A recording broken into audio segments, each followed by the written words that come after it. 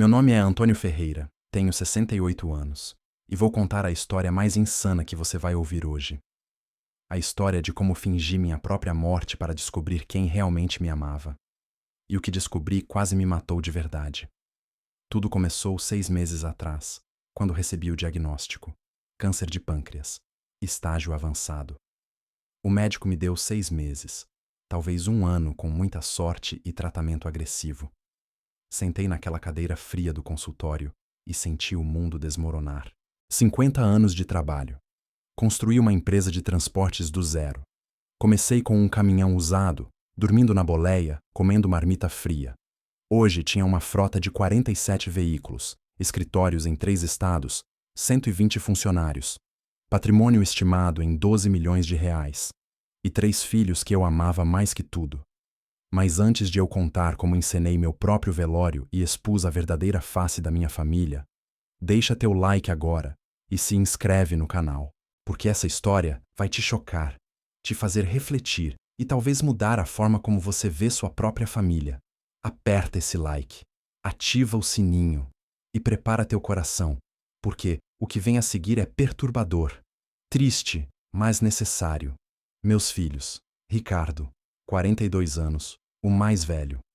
Advogado formado, trabalhou comigo uns anos, mas depois abriu escritório próprio.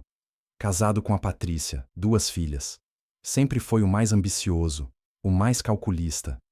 Mas eu pensava que isso era apenas determinação. Fernanda, 38 anos, a do meio. Administradora, trabalhou na empresa até casar com o Maurício, um empresário que ela conheceu num evento. Depois disso, afastou-se. Dizia que queria viver sua própria vida. Raramente me visitava. E Lucas, 32 anos, o caçula, meu xodó. Sempre foi diferente dos outros. Estudou música, quis ser compositor. Eu apoiei, mesmo a família toda dizendo que era perda de tempo. Ele era o único que me visitava toda semana, que ligava só para conversar, que não falava de dinheiro. Quando recebi o diagnóstico, decidi fazer o tratamento em sigilo. Disse para os filhos que era diabetes, que estava controlando. Não queria preocupá-los, não queria que me vissem fraco. Mas conforme os meses passavam, comecei a notar coisas que me incomodavam. Ricardo começou a fazer perguntas sobre o futuro da empresa, sobre testamento, sobre organização patrimonial, sempre com aquele jeito profissional dele, com termos jurídicos. Mas eu sentia algo errado por trás. Fernanda, que me visitava uma vez por mês se muito, começou a aparecer toda semana. Sempre trazendo presentes caros, sempre sorrindo demais, sempre perguntando sobre meus planos, sobre meus desejos para o futuro. Só Lucas continuava igual. Trazia o violão, tocava para mim, conversávamos sobre futebol, sobre a vida. Nunca perguntou sobre dinheiro. Nunca. Foi quando tive a ideia mais maluca da minha vida. Eu ia fingir minha morte, preparar meu próprio velório e descobrir, de uma vez por todas, quem realmente me amava e quem só amava meu dinheiro. Conversei com meu médico, Dr. Paulo, amigo de 30 anos. Expliquei o plano. Ele achou loucura, mas concordou em me ajudar. Antônio, você tem certeza? Isso pode destruir sua família. Já está destruída, Paulo. Eu só quero ver com meus próprios olhos. Conversei também com meu advogado, Dr. Henrique, o único em quem confiava completamente. Expliquei tudo. Ele também achou insano, mas entendeu. Vou preparar um testamento falso para ser lido e gravar tudo.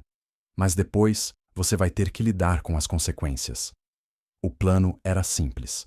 Dr. Paulo emitiria um atestado de óbito falso. Meu corpo seria velado em caixão fechado. Na verdade, eu estaria escondido num compartimento secreto que mandei fazer. Haveria uma cerimônia. O testamento seria lido. E eu observaria tudo através de um microfone e câmeras escondidas. Depois, no momento certo, eu ressuscitaria. Marquei a data, 15 de novembro, um sábado. Na quinta-feira anterior, liguei para Ricardo, com voz fraca, ofegante. Filho, não tô bem. Acho que é o fim. Vem aqui, por favor. Ele demorou 3 horas para chegar. Quando chegou, estava de terno. Tinha vindo do escritório. Me olhou com aquela cara de médico examinando o paciente. Pai, o senhor tomou o remédio? Quer que eu chame alguém? Não, filho. Só queria te ver. Queria te dizer que você sempre foi meu orgulho, meu primogênito, meu sucessor. Os olhos dele brilharam. Pai, não fala assim. O senhor vai melhorar. Mas eu via a ansiedade, a expectativa. Liguei para Fernanda. Mesma história. Ela chegou em 1 hora. Recorde pessoal. Trouxe flores caríssimas. Sentou do lado da minha cama. Segurou minha mão, pela primeira vez em anos, e disse: Pai, eu te amo tanto. Sempre te amei. Desculpa se pareci distante. Filha, eu sei que você tem sua vida, seu marido, sua casa. Mas você sempre vai ser minha menina. Ela chorou. Ou fingiu chorar. Não sei. Liguei pro Lucas. Ele estava num show em outra cidade, tocando com a banda dele. Quando contei que estava mal, ele disse: Pai, eu largo tudo e vou agora. Não precisa, filho. Precisa sim. Daqui a pouco tô aí. 5 horas depois, Lucas estava na minha porta. Tinha dirigido 400 quilômetros sem parar. Chegou suado, com roupa de palco ainda, violão nas costas. Sentou na minha cama, me abraçou forte. Não perguntou nada. Só ficou ali, segurando minha mão, em silêncio. Esse silêncio valia mais que todas as palavras dos outros dois. Na sexta-feira de manhã, Dr. Paulo chegou cedo. Aplicou um sedativo leve em mim. Emitiria o atestado de óbito às 11h47. Causa: parada cardiorrespiratória. A notícia se espalhou rápido. Ricardo foi o primeiro a chegar. Não chorou. Apenas perguntou: cadê o corpo? Quem vai cuidar do funeral? Já ligaram pro advogado? Fernanda chegou minutos depois. Chorou alto, dramaticamente. Abraçou Ricardo. Meu Deus, nosso pai, ele era tão bom! Mas os olhos dela estavam secos. Lucas chegou por último. Quando viu o corpo sendo colocado no caixão lacrado, que na verdade tinha um compartimento secreto onde eu estava consciente, respirando por um sistema de oxigênio, ele desabou. Chorou de verdade. Soluçou. Precisou ser amparado. O velório foi marcado para o sábado às 10 horas. Capela particular, 200 convidados. Caixão fechado, como eu pedi no testamento. Flores por toda parte. Coroas caras com dizeres emocionados. Eu estava dentro daquele caixão, através de um sistema de áudio, escutando tudo, com câmeras minúsculas transmitindo as imagens para um tablet escondido comigo. E o que eu vi e ouvi nas próximas horas mudou minha vida para sempre. O velório começou. As pessoas chegando, cumprimentos, abraços, choro, tudo muito protocolar. Mas eu estava focado nos meus filhos. Ricardo estava num canto, com a esposa Patrícia. Ele falava ao telefone. Consegui ouvir. Sim, o testamento vai ser lido hoje ainda, depois do enterro. O advogado confirmou. Não, a empresa fica dividida entre nós três, mas como eu sou o mais velho e o único com formação jurídica, vou assumir a presidência. Quanto? Uns 4 milhões para cada um. Mais os imóveis. Sim, dá para pagar aquela casa que você queria em Alphaville. Meu coração, que deveria estar parado, acelerou de raiva. Fernanda estava com o marido Maurício do outro lado da capela. Ela também ao telefone. Amor, para de se preocupar. Com a parte da herança, a gente paga aquelas dívidas do seu negócio. Eu sei, mas agora vai dar tudo certo. Nem acredito que ele finalmente morreu. Digo, que Deus o tenha, mas pra gente foi uma bênção. Senti vontade de sair do caixão naquela hora mesmo, mas respirei fundo. Tinha que ver até o fim.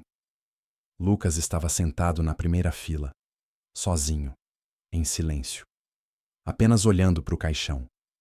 De vez em quando limpava as lágrimas, não falava com ninguém. Só chorava. As horas passavam, pessoas iam e vinham.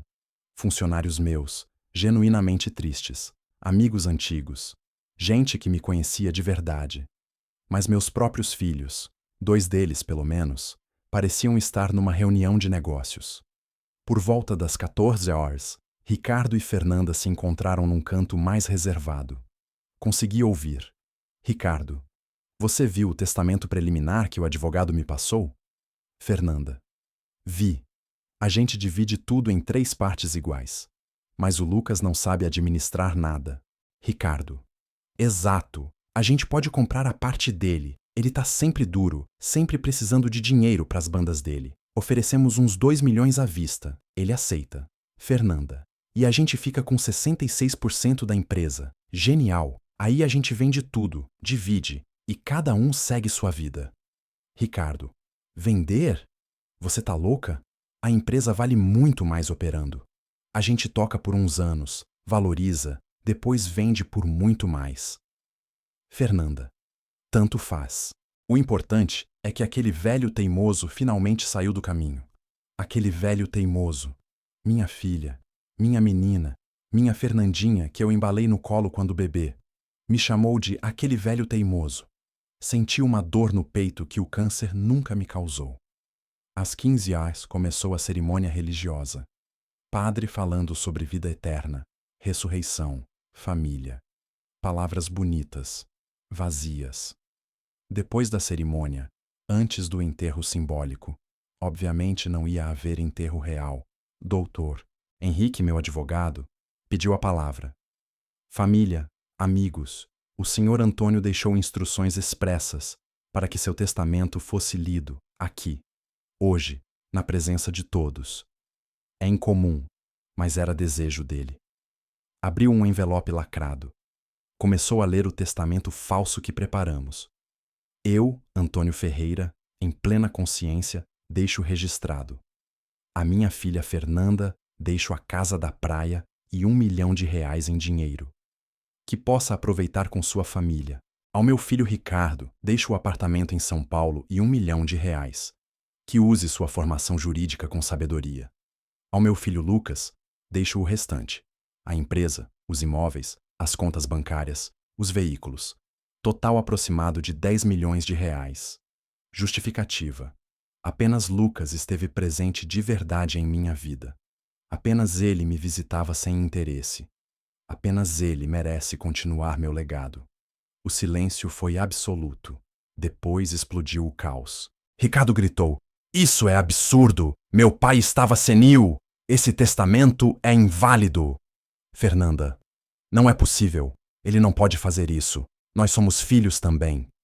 Maurício, marido dela: "Isso é injustiça. Vamos processar. Vamos contestar."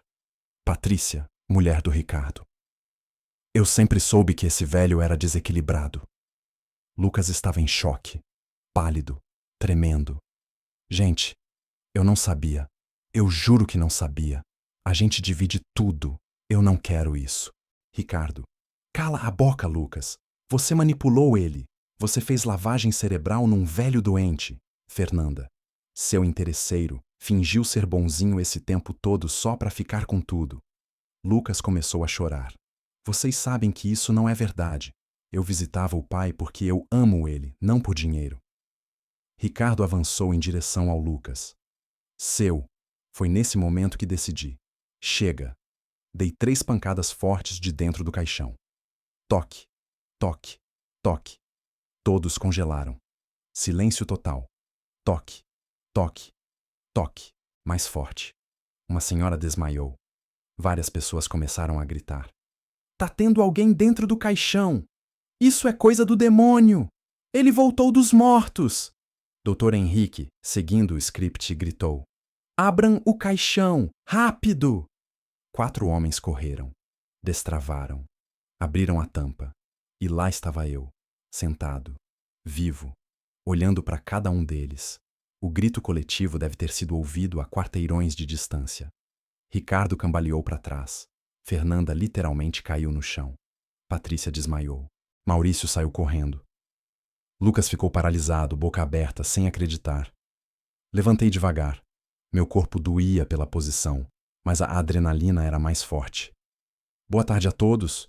Como podem ver, os rumores da minha morte foram extremamente exagerados." Silêncio.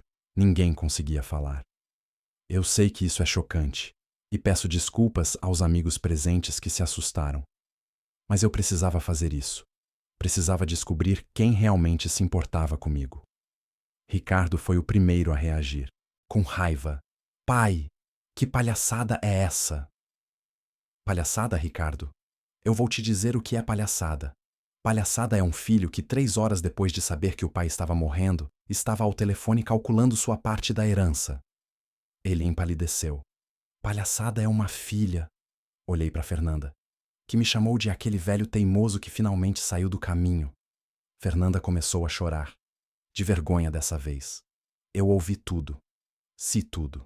As câmeras e microfones gravaram cada palavra, cada gesto, cada demonstração de ganância de vocês dois. Olhei para os convidados. Peço desculpas a todos pela encenação, mas eu precisava saber. E agora eu sei. Voltei para o Ricardo e Fernanda. Vocês não me amam. Vocês amam o meu dinheiro. E a diferença entre amor e interesse eu vi claramente hoje. Então, olhei para o Lucas. Ele ainda estava em choque, lágrimas escorrendo. Lucas, você é o único que chorou de verdade. O único que sofreu de verdade. O único que estava aqui por amor, não por herança. Aproximei dele, coloquei a mão no seu ombro. E por isso, filho, o testamento que foi lido é real. Você fica com tudo, porque você merece. Ricardo explodiu. Eu vou processar. Isso é psicológico, é tortura. Processa, Ricardo. Tenho 50 testemunhas aqui que ouviram você planejando comprar a parte do seu irmão achando que ele era burro. Tenho gravações de você e sua esposa planejando a compra de mansão com meu dinheiro, enquanto eu estava morto há menos de 24 horas. Boa sorte no tribunal. Fernanda tentou se aproximar em desespero. Pai, eu não quis dizer aquilo. Eu estava nervosa. Você estava sendo honesta pela primeira vez em anos. E eu agradeço, porque agora eu sei quem você realmente é. Dr. Henrique levantou. Senhoras e senhores, o testamento lido é válido e registrado em cartório. Foi feito há 2 meses, com o Sr. Antônio em plena capacidade mental, confirmada por 3 médicos independentes e 2 psiquiatras. Qualquer contestação será respondida judicialmente. Ricardo e Fernanda tentaram argumentar, gritar, ameaçar. Mas a vergonha, os olhares de julgamento de todos ali, os venceu. Saíram da capela correndo, humilhados, destruídos. Lucas finalmente reagiu. Abraçou-me, chorou no meu ombro. Pai, pai, eu pensei que tinha perdido o Senhor. Você nunca vai me perder, filho, porque você é o único que realmente me tem. As semanas seguintes foram caóticas. Ricardo e Fernanda de fato tentaram processar, alegaram coação, fraude, insanidade mental. Mas os laudos médicos, as gravações, as testemunhas, tudo era irrefutável. O juiz indeferiu o processo. E ainda os condenou por litigância de má-fé. Ricardo me mandou uma mensagem meses depois. Espero que você seja feliz com seu filho favorito. Você destruiu essa família. Respondi. Eu não destruí nada, Ricardo. Apenas revelei o que já estava destruído. Vocês fizeram isso sozinhos. Fernanda tentou uma aproximação diferente. Ligou chorando, dizendo que estava em terapia, que reconhecia seus erros, que queria reconstruir a relação. Fui honesto. Fernanda, eu não sei se um dia vou conseguir te perdoar completamente. Mas a porta não está trancada. Está só fechada. E só você pode abrir, com atitudes, não com palavras. Ela ainda tenta. De vez em quando aparece. Não falo de dinheiro com ela. Não falo de herança. Só vejo se o amor dela é real ou se ainda é interesse disfarçado. O tempo dirá. Lucas assumiu a empresa comigo. Está aprendendo. É diferente dos irmãos. Mais humano, mais ético, mais justo com os funcionários. A empresa está prosperando mais do que nunca. Ele usa parte dos lucros para financiar projetos sociais de música para crianças carentes. Diz que dinheiro sem propósito é só papel. Meu garoto, meu filho. Quanto ao câncer? Entrou em remissão. Os médicos não explicam. Dizem que é raro, mas acontece. Eu sei o que é. Eu tinha uma razão para viver. Tinha que consertar o que descobri. Tinha que estar presente para Lucas.